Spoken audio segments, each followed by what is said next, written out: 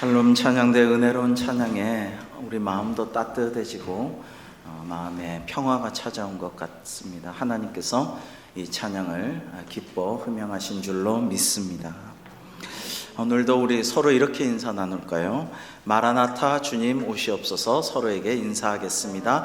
마라나타 주님 오시옵소서. 아멘.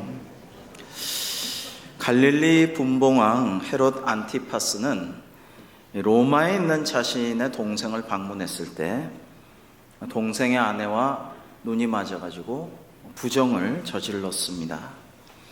고향으로 돌아와서는 조강지처 아내와는 이혼하고 그 형제의 아내와 결혼했습니다. 그런데 이 왕의 위세가 대단함으로 고약한 왕의 심기를 아무도 못 건드리고 바른 소리를 못할 때에 세례 요한이 그를 책망을 공개적으로 하게 됩니다. 이 눈엣 가시같이 이 사람이 미웠던 헤롯은 이 세례 요한을 체포하여서 사해 근처 산지에 있는 자신의 여름 궁전인 마케루스 요새의 동굴에 가두었습니다. 감옥에 갇혀서 요한은 자신의 역할과 사명을 많이 숙고했을 것입니다. 그런데 이제 요한은요, 예수님을 만나 뵙고 세례를 드리고 하면서 그리스도의 신들매도 신발끈도 내가 묶지 못할 나는 비천한 존재고 우리 주님만 높임받기를 원했던 그런 세례 요한이죠. 그리고 또 요한복음 1장 20절에 보면 요한이 드러내어 말하고 숨기지 아니하니 드러내어 하는 말이 나는 그리스도가 아니라 이렇게 명시적으로 말씀한 적도 있습니다. 그럼에도 불구하고 요한의 제자들은 세례 요한의 제자들은 요한이 그리스도가 아닌가 메시아가 아닌가 이런 생각을 끊임없이 갖고 있었던 것 같아요. 당시에 세례 요한을 추종하는 사람들로 종파까지 구성이 되었습니다. 말하자면 이단 종교이죠. 만다교라는 종교인데요, 상당한 세력을 형성했고 지금도 메소포타미아 지역에는 만다교도들이 남아있다라고 합니다. 이 사람들이 믿는 메시아 그리스도는 만다드 하이에인데요, 이 만다드 하이에의 의미는 생명의 지식이다. 암흑 속에 어둠 속에 있는 백성들을 빛의 세계로 건너가게 하는 인도자고 구원자다, 메시아다 이렇게 믿었는데요, 이 사람에게 세례를 준 사람이 세례 요한이다라고 믿었기에 세례 요한도 추종했다라고 합니다. 그래서 세례 요한이 그리스도께 세례를 주고 예수님이야말로 메시아인데 만다드 하이에를 믿고 또 세례 요한도 비슷한 동일 인물 아니냐 이렇게 헷갈려하면서 이렇게 세례 요한을 그리스도 아닌가 제자들이 많이 생각을 했다라는 것입니다. 주후 3세기에 위 클레멘트, 수도 클레멘트라는 사람의 저서 레코그니션스라는 책에는 세례 요한파는 예수님이 아니라 세례 요한이야말로 그리스도라고 주장했다라는 기록이 남아 있습니다. 그러니까 요한은 그렇게 생각하지 않고 확증했고 자신은 그리스도가 아니고 예수님이 그리스도라고 했지만은 거기에 확증을 갖지 못하고 확신하지 못하는 제자들을 이제 예수님과 대화하라고 정말 그리스도 맞습니까? 가서 물어보라고 시킨 것이라고 볼 수가 있어요. 그래서 이 제자들은 그들의 그릇된 생각을 바로잡게 하려는 세례 요한의 의도대로 예수님께 가서 여쭤보게 됩니다. 당신이 오실 그이 즉 메시아 그리스도가 맞습니까? 라고 말이죠. 오실 그이는 메시아 그리스도이고 당신이십니까? 라는 질문에는 예수님은 우리가 생각하는 메시아 그리스도랑 좀 다른데요, 긴가민가한데요, 맞습니까? 라는 암시가 내포되어 있습니다. 이 마태복음이 기록된 것은 1세기 말경입니다. 근데 이 당시에 예루살렘이 멸망하고 성전이 무너진 후에 유대 지도자들은 이 국가 위기 상황 속에서 종교적으로 유대교를 재건하려고 노력했습니다. 주 90년경에 얌니아 종교회의를 통해서 구약 성경을 경전화했고요, 율법 교육을 끊임없이 시키면서 회당에서 교육하면서 유대인들을 신앙적으로 단결시키려고 노력했습니다. 그런데 이때에 회당과 유대교 회당이 시나고그라고 하죠. 이것과 기독교 교회 처치가 완전히 결별을 하게 됩니다. 여러분, 지금까지 남아있는 주후 85년경 랍비들의 총회에서 채택된 유대교 회당 예배 시에 낭송되는 표준 18 기도문의 12번째 강구는 유대인들이 생각하는 이단과 이교도, 특히 그리스도인들을 출교시킬 것을 요구하는 강구입니다. 이 아까 말씀드린 만다교도 같은 이단들, 또 다른 종교 이교도들, 이방인들의 믿는 종교들 뿐만 아니라 그리스도 교인들도 이 기도문을 회당에서 읽어봐라, 의심되는 그리스도인 같은 사람에게 읽어봐라 했을 때 그 기도문을 읽지 않으면 너 그리스도인이지 하고 출교시키고 박해했다라는 것입니다. 그 기도문을 한번 소개해 보겠습니다. 이단자들에게 소망이 없게 하소서. 그리고 오만한 정권을 속히 우리 시대에서 당장 근절시키소서. 나사렛 땅, 그리스도인을 말하죠. 과 이교도를 일순간에 멸하소서. 그리고 생명책에서 그들의 이름을 지우시고 의인들과 함께 기록되지 않게 하소서. 은총을 베푸소서. 오 주여, 교만한 자를 비천하게 하시는 이여. 자, 이렇게 유대교와 기독교가 완전 결별하게 된 이유는 딱 하나밖에 없죠. 우리도 구약 성경의 하나님의 예언을 믿고 있지만, 계명을 믿고 율법을 지키려고 노력하지만 왜 유대교와 기독교가 나뉘어지는가? 그것은 예수님이 그리스도이신가 아닌가, 거기에 달려있죠. 우리는 주님을 그리스도로 믿지만 유대교는 전혀 믿지를 않기 때문에 이 예수님을 믿는 사람들은 그들이 볼 때는 이단이 되는 것입니다. 오실 그이가 당신이십니까? 라는 세례 요한의 질문, 사실은 그 제자들을 깨우치기 위해서 물어보라고 한 그 질문은 예수님께서 너희가 듣고 보는 것을 요한에게 알리라 라면서 제자들에게 이렇게 말씀하십니다. 즉 무엇입니까? 맹인이 보며 못 걷는 사람이 걸으며 나병 환자가 깨끗하게 씻음 받으며 못 듣는 자가 들으며 죽은 자가 살아나며 가난한 자에게 복음이 전파되는 것이 내가 하는 일이 아니냐. 너희가 이것을 보고 들었으니까 이것을 세례 요한에게 전하여라. 이렇게 말씀하신 것입니다.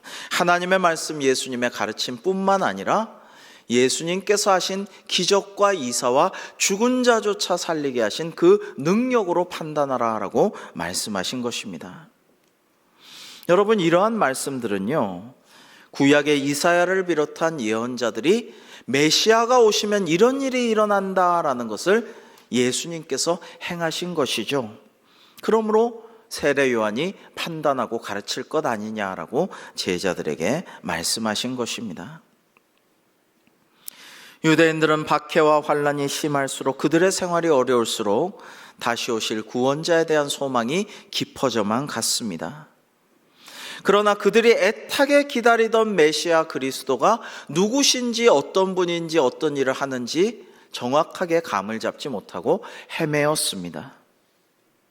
오실 그이가 당신입니까? 라고 하는 요한의 제자들의 질문에 예수님께서는 너희가 듣고 본 것을 말하라고 하시면서 사실에, 팩트에 근거해서 이러니까 그리스도가 나 아니냐라고 말씀을 하신 것이죠.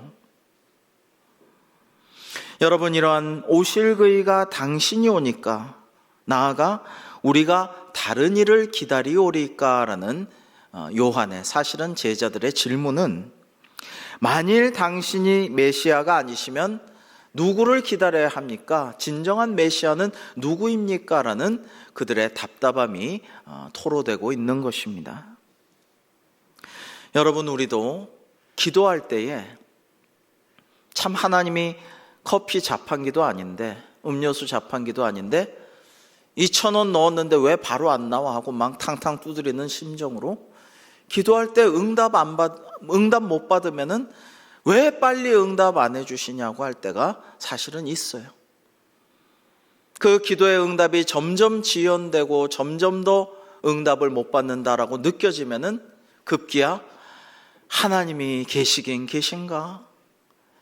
평생 믿음 생활했지만 내가 믿는 게 이거 맞는 건가? 예수님 다시 오신다고 했는데 요즘 누가 다시 오실 예수님을 기다리고 심판하실 예수님을 기다리고 천국의 영생복락과 지옥의 영벌을 누가 믿나? 내 믿음은 바른 것일까? 예수님이 진짜 오신단 말인가? 이런 생각을 할 수도 있다라는 것입니다. 우리는 믿음의 확신을 가지고 깨어 기도하며 인내하며 오래 참으면서 주님도 우리를 오래 참으시고 기다려주셔서 우리가 구원을 받게 하셨는데 우리도 오래 참으면서 다시 오실 주님을 기다려야 하는데 그렇게 하지 못할 수가 있기 때문에 우리는 늘 조심스럽게 기도하면서 인내해야 한다라는 것입니다. 너무 조급해하거나 너무 쉽게 지치거나 심지어 포기하는 일이 없어야 된다라는 것입니다. 여러분 그렇지 않습니까? 인생에서 신앙생활에서 야, 이게 이루어졌구나.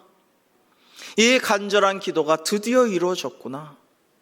이 내 마음에 소망하던 이 소원이 드디어 하나님의 기적적인 응답으로 이루어졌구나. 이럴 때가 얼마나 많습니까? 근데 만약에 그것을 포기하였다면 이번에 월드컵 때도 그런 느낌을 우리가 함께 나누었지만 쉽게 낙심하였다면 결코 맛보지 못했을 환희의 순간이 얼마나 많습니까? 중요한 것은 이번 축구 때 그런 얘기 했다고 하죠. 꺾이지 않는 마음이 중요하다 하는데 우리 신앙에서도 마찬가지예요. 꺾이지 않는 마음, 오래 참고 기다리는 믿음, 우리에게 반드시 필요한 것입니다.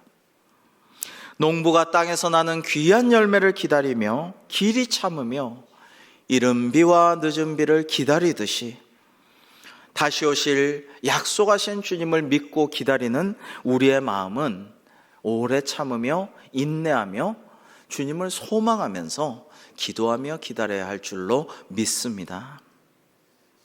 섬 처녀가 육지 총각과 선을 보기로 했답니다. 아이고, 오랜만에 육지 나가는 것도 너무 설렌데 소문에 잘생겼대. 그 잘생긴 육지 총각과 선을 본다니 몸에 좋은 거 하면서 이 섬 처녀가 너무너무 그날을 기다렸어요. 마침내 선보는 당일이 되자 섬 처녀는 최선을 다해서 정성껏 꽃단장하느라 배탈 시간이 다 된 것도 몰랐답니다. 시계를 보니까 시간이 다 됐어요.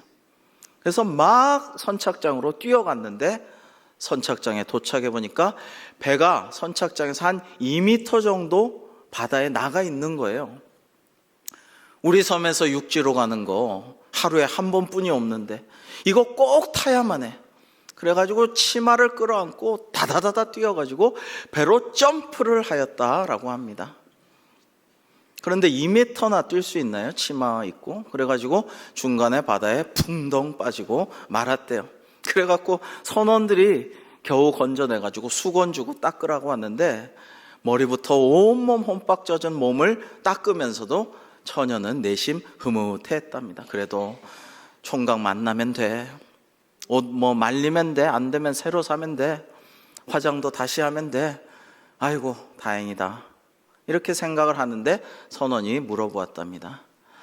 아니 아가씨 10초만 지나면 우리 배가 선착장에 닿을 건데 뭐 그렇게 급해가지고 누굴 마중 나오려고 그렇게 점프까지 하셨수? 이렇게 물어보았다라고 합니다. 배가 들어오고 있는데 급한 마음에 배가 떠난 줄 알고 그렇게 무자비하게 점프까지 감행을 하였다라는 것입니다. 사랑하는 성도 여러분, 오늘 대림절 넷째 주일, 대림절 마지막 주일입니다. 우리는 주님께서 다시 오실 방향을 바라보고 있습니까? 우리는 우리에게 오고 계신 주님을 맞이하려고 기대하며 소망하며 기다리고 있습니까? 주님을 만나는 그 방향으로 우리는 바르게 나아가고 있습니까? 혹여 우리 일상 속에서 나의 조급한 결정이 성령님을 앞서지는 않습니까?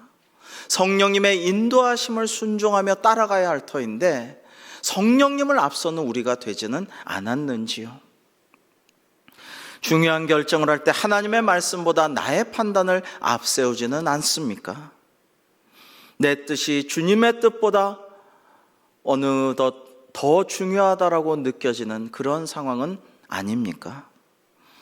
여러분, 이 대림절 마지막 주간을 맞이해서 이런 것들을 차분히 생각하며 기쁜 성탄을 맞이하는 저와 여러분이 되시기를 주님의 이름으로 축복합니다.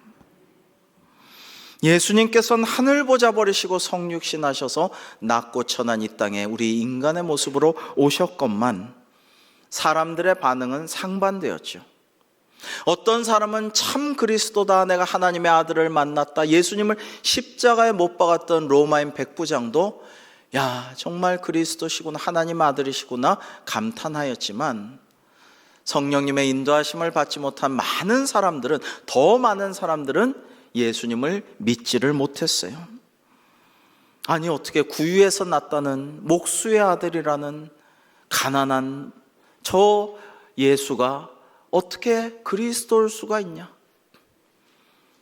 이사야서에서 예언한 대로 정말 잘생기지도 않았고 연약해 보이고 풍채도 좋지 않은 저분이 어떻게 다윗과 같이 문 나라를 정복시키고 우리를 1등 선민으로 만들어줄 그런 힘과 카리스마가 어디 없어 보이는데 무슨 메시아냐? 제자들도 무지하고 별 볼 일 없어 보이는데 저런 제자들을 거느리고 대장 노릇하는데 뭐 골목대장이지 무슨 그리스도냐? 많은 사람들이 그렇게 자기의 편견으로 인해서 예수님을 그리스도로 영접하지 못하였습니다. 여러분, 그러나 예수님께서 오늘 6절에 이렇게 말씀하시죠. 누구든지 나로 말미암아 실족하지 아니하는 자는 복이 있도다라고 말입니다. 자기 편견의 장애를 극복한 자들, 보지만 눈 뜨고 보지 못하는 자들, 들을 귀가 있는 것 같지만 들을 귀가 없어서 주님의 말씀을 듣고도 깨닫지 못하는 자들에게 너희가 나로 말미암아 실족하지 아니하면 복이 있도다라고 예수님은 말씀하신 것입니다. 사랑하는 성도 여러분, 오늘날도 마찬가지입니다. 많은 사람들이 예수님의 말씀을 접할 수 있고 들을 수 있고 예수님의 행적을 읽을 수 있지만 예수님을 외면하고 무시하고 때로는 일부러 곡해하면서 기독교를 욕하는 그런 사람들이 있지 않습니까? 오늘날도 마찬가지라는 것입니다. 아무쪼록 우리의 영안이 열려서 다시 오실 예수님을 알아보고 우리의 귀가 열려서 주님의 말씀을 바로 깨달아 알고 우리의 마음이 활짝 열려서 성령님과 주님을 내 안에 인도하여 모셔드리는 저와 여러분이 될 수 있기를 주님의 이름으로 축복합니다. 여러분, 사실은 동서고금의 수많은 사람들이 메시아를 그리스도를 기다려왔어요. 이름만 메시아 그리스도가 아니지 우리나라 사람들도 똑같아요. 그 뭐냐면요, 새하늘과 새 땅, 후천개벽, 신천지, 새 세상, 세상을 뒤집어 엎고 완전히 새로운 세상이 와서 아, 못 살겠다, 아, 난 너무 괴롭고 너무나도 팔자가 기구한데 누가 좀 확 뒤집어 엎었으면 좋겠다, 그리고 다들 다 같이 잘 사는 세상 만들어주면 좋겠다, 이런 꿈을 꾼 사람들이 인류 역사에 늘 있어 왔어요. 지금도 있습니다. 여러분, 얼마 전에 신천지가 대구에서 10만 명이 모여 수료식을 했는데, 그러고 막 자랑했는데, 여러분, 이런 신천지 같은 이단들이 계속해서 기승을 부립니다. 끊인 적이 없습니다. 신천지가 뭐예요? 뜻이 우리말로 새누리죠. 새 하늘과 새 땅, 새로운 세계. 이 신천지는 이거를 막 얘기하면서 성경은 잘못됐고 예수님도 그리스도가 아니고 우리야말로 새 하늘과 새 땅, 새 누리를 여러분에게 제공할 수 있다라고 백성들을 미혹하는 거죠. 최순실의 아버지 원래 목사였으나 이단 사이비 교주가 되었죠. 엄청난 영향력을 오랫동안 미쳤죠. 구원파 같은 이단들도 큰 사회적 물의를 일으키고 하나님의 심판을 받아 철퇴를 맞기 전까지는 계속 기승을 부렸습니다. 여러분, 옛날부터 그랬어요. 후백제 견훤은 미륵불을 믿어서 미륵불이 새로운 세상을 만들 거다라고 하면서 백성들을 이끌어냈어요. 궁예도 마찬가지예요. 궁예도 미륵불을 믿었어요. 나중에는 내가 미륵불의 화신이다라고 하면서 관시법 쓰면서 그런 식으로 백성들을 미혹했죠. 고려에서도 마찬가지 미래불 미륵불이 와서 세상을 바꿔주기를 많은 사람들이 기다렸고요. 조선시대에는 여러분 마찬가지 아니겠습니까? 정감록, 정도령이 언젠가는 와서 이 비참한 현실에서 우리를 구원해달라고 정도령이시여 빨리 오옵소서, 정감록의 비기를 믿으면서 그렇게 기다려왔습니다. 구한말에 최재훈은 천주교 서학에 맞선 동학을 창시하면서 후천개벽, 다시개벽을 주장했죠. 여러분, 청나라 말기에 서태후 시절에는 중국에서 홍수전이라는 사람이 내가 여호와 하나님의 아들이다, 예수님은 우리 따거다, 우리 형님이시고 나는 예수님의 동생이다, 그러니 나를 믿어라, 내가 태평천국을 만들겠다. 태평천국, 이름이 너무 좋아요. 큰 평화의 하나님 나라라는 뜻이죠.